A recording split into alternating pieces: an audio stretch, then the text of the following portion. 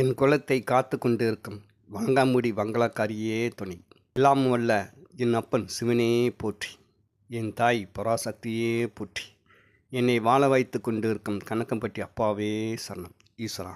இன்று நாம் எந்த விஷயத்தை பற்றி பார்க்க போகிறோம் அப்படின்னா, விளக்குகளை பற்றி, அதோடைய சிறப்பு, யார் ஏற்றலாம், எப்படி ஏற்றலாம், அதன் விதிமுறைகள், அதோடைய குணாவசியங்கள், அதோடைய நன்மைகள் போன்ற எல்லா விஷயங்களை பற்றி நாம் பார்க்கலாம். ஒரு சிலர் கேட்கலாம், பூஜையில் எந்த திசையை நோக்கி அந்த விளக்கை ஏற்றுவது தானம் சிறந்தது அப்படின்னு கேட்கலாம். முதல் இடமாக இருக்கிறது கிழக்கு பக்கம். கிழக்கு நோக்கி அதோட சுடர் இருந்து வழிபாடு செய்வது சிறந்தது. இரண்டாவது இடம் வடக்கு நோக்கி அந்த ஜோதி இருப்பது சிறந்தது. இந்த இரண்டு திசைகளில் அந்த விளக்குகளை ஏற்றி வைத்து வழிபாடு செய்வதும் சிறந்தது. தங்களுடைய பூஜையில் ஒரு குறிப்பிட்ட தெய்வங்கள் இருக்குது. உதாரணத்துக்கு இப்போ நடராஜன் சிலை ஃபோட்டோ அல்லது சிறு வடிவத்தில் இருக்கக்கூடிய நடராஜர் சிலை போன்ற ஒரு குறிப்பிட்ட தெய்வங்களுக்கு மட்டும்தான் தெற்கு திசையை நோக்கி வைத்து வழிபாடு செய்வார்கள். இருப்பினும் கிழக்கு பக்கம் அல்லது வடக்கு பக்கம் விளக்குகளை ஏற்றி வழிபாடு செய்வது சிறந்தது. இதில் மற்றொரு ஒரு குறிப்பிட்ட ஒரு விஷயத்தை நான் சொல்கிறேன். தங்களுடைய குடும்பத்தில் வயது மூத்த தாய் தப்பனுடைய போட்டோக்களை ஒரு சில குறிப்பிட்ட நபர்கள் என்ன செய்கிறார்கள் அப்படின்னா, தங்களுக்கு தாயும் தகப்பனும் முதல் இறைவன் அப்படின்ட்டு அவருடைய ஃபோட்டோக்களை பூஜையில் கொண்டு போய் வைத்து வழிபாடு செய்கிறார்கள். அது முற்றிலும் தவிர்ப்பது சிறந்தது. காரணம் தங்களுடைய தாயின் தகப்பன் முதல் தெய்வமாக இருந்தாலும் பிறப்பில் பார்க்கும்போது அவர்கள் ஒரு சராசரி மானிட பிறப்பு தான். இறைவன் நிரந்தரமான ஒரு நிலை. இந்த தாய் தகப்பன்றது மாயே, ஒரு மாயின் சூரூபம். அது அவர்கள் பூமியில் பிறந்து வாழ்ந்து மடிந்து சென்ற பிற்பாடு அந்த நிலையை உணர்ந்து பார்க்கும்போது அவர்கள் வாழ்ந்த அந்த காலகட்டத்தில் ஆசபாசங்கள், துன்பந்துயரங்கள், வேதனைகள், கவலைகள், போட்டி போராமைகள் போன்ற விஷயங்கள் அவருடைய வாழ்வில் இருந்திருக்கும். இதுதான் சராசரி மானிட பிறப்புடைய நிலை. இது அனைத்துமே மாயின் சூர்வம்.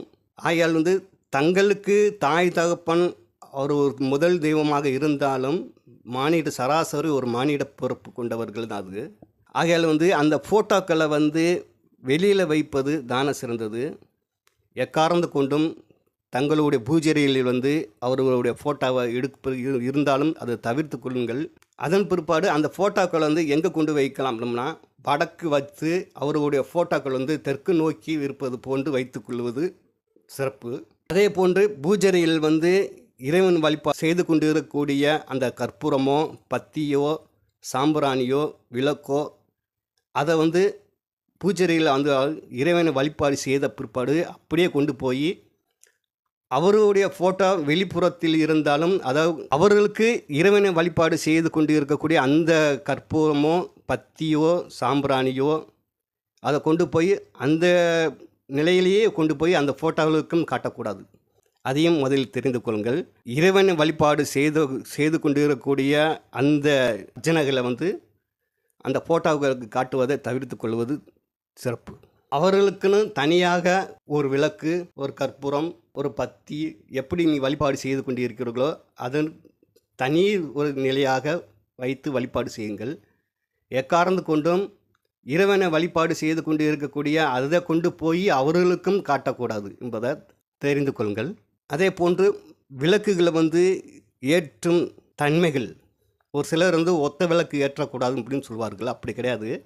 இறைவனை பொறுத்தவரை நான் இயற்கைன்னு சொல்லியிருக்கிறேன். ஆத்மாத்மாக இறைவன் வழிபாடு எப்படி செய்கிறார்களோ அதைத்தான் இறைவன் எதிர்பார்ப்பார் தவிர, அவர்கள் ஒத்த விளக்கு ஏற்றுகிறார்கள், ஒரு முகம் ஏற்றுகிறார்கள், 2 விளக்குகள் ஏற்றுகிறார்கள், 2 முகம் ஏற்றுகிறார்கள், இப்படி 3, 4, 5 என்ற முகங்கள் ஏற்றிக்கொள்கிறார்கள் என்றதெல்லாம் இறைவன் பார்க்க மாட்டார். எத்தனை விளக்குகள் ஏற்றினாலும் அந்த ஜோதி சுடர் ஒன்று தான், இறைவனும் ஒன்று தான் என்பதை உணர்ந்து கொள்ளுங்கள். அதே போன்று விளக்குகள் ஏற்றும்போது மனம் ஒரு நிலையோடு ஏற்றும் பொழுது அந்த விளக்கு எரியக்கூடிய அந்த சுடர் சாந்த ரூபமாக எரிகின்றதா அப்படின்றதை மட்டும் கவனித்து கொள்ளுங்கள். அந்த விளக்குகள் ஏற்றும்போது தினம்தோறும் அந்த விளக்குகளை சுத்தம் செய்து கொண்டு புது திரிகள் விட்டு எண்ணெய் ஊற்றி அந்த திரியை வந்து முனியை வந்து நல்லா நசுக்கி விட்டு ஏற்றுங்கள். அது அதன் மூலமாக எரியக்கூடிய அந்த சுடர் வந்து சாந்த ரூபமாக சற்று நீளமாக எரியக்கூடிய தன்மை ஏற்படும். எக்காரணத்தை கொண்டும் அந்த சுடர் ஏறும்போது அதிர்வோட நிலையில் வந்து அந்த சுடர் வந்து எரிவதை தவிர்த்து கொள்ளுங்கள். அப்படியே அதிர்வான நிலையில் வந்து சுடர் எரிகிறது அப்படின்னா அதை சாந்தப்படுத்துங்கள். திரியை வந்து கொஞ்சம் அமுக்கி விட்டு சாந்த ரூபத்தில் சற்று நீளமாக அந்த சுடர் வந்து எரிகிறதா அப்படின்றத பார்த்து கொள்ளுங்கள். ஒரு சிலர் வந்து குறுகிய நிலையில் மெலிதான ஒரு அதிர்வுடன் எரிந்து கொண்டு இருக்கும். அப்படியும் ஏற்றாதீங்க. ஒரு சிலர் வந்து மடமடன்னு அந்த சுடர் வந்து பெரிய நிலையில் வந்து அதிர்வான நிலையில் ஆடிக்கொண்டு எரியும். அதையும் தவிர்த்து கொள்வது தான் சிறந்தது. இறைவனை பொறுத்தவரையும் சாந்த ரூபமாக அந்த சுடர் வந்து எரிவது கண்காணித்து கொண்டு வாருங்கள். அந்த சுடரை பொறுத்தவரையும் சற்று நீளமாக சாந்த ரூபமாக அந்த சுடர் வந்து எரியணும் அப்படின்றத உணர்ந்து கொள்ளுங்கள். சற்று குறுகிய நிலையில் வந்து எரிந்து கொண்டு இருக்குன்னா அந்த திரியை கொஞ்சம் தூண்டி விடுங்கள். அதிகமாக மிக அதிர்வான நிலையில் அந்த திரியை எரிந்து கொண்டு இருக்கிறது அப்படின்னா அதை சாந்தப்படுத்தி திரியை சற்று விடுங்கள். சுடரை பொறுத்தவரையும் சாந்த ரூபத்தில் எரிவது தான சிறந்தது. இப்படி விளக்குகளை வந்து ஏற்றுவதிலும் சில விதிமுறைகள் உண்டு. அப்படியே தினம்தோறும் இறைவன் வழிபாட்டில் வந்து தாங்கள் வந்து கற்பூரம் காட்டுகிறீர்களா இல்லையா, பத்தியை காட்டுகிறீங்களா இல்லையா, சாம்பிராணியை காட்டுகிறீங்களா இல்லையா, அது தனிப்பட்ட முறை. ஆனால் எதை கொண்டு இறைவனை வழிபாடு செய்தாலும் சரி செய்யவிட்டாலும் சரி கண்டிப்பாக தினம்தோறும் விளக்குகளை ஏற்றி வழிபாடு செய்வது தான சிறந்தது.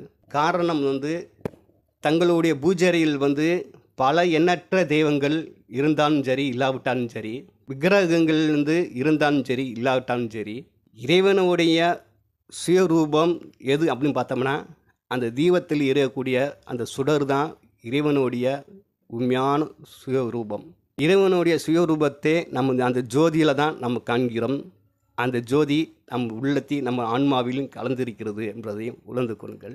மற்றொரு வீடியோவில் மற்றொரு செய்தியை பற்றி பார்க்கலாம். இந்நிகழ்ச்சியை தொடர்ந்து பார்த்து கொண்டு இருக்கக்கூடிய என் அன்பு நண்பர்கள் எல்லோருக்கும் என் மனமார்ந்த நன்றிகள் தெரிவித்துக் கொள்கிறேன். ஈஸ்வரா.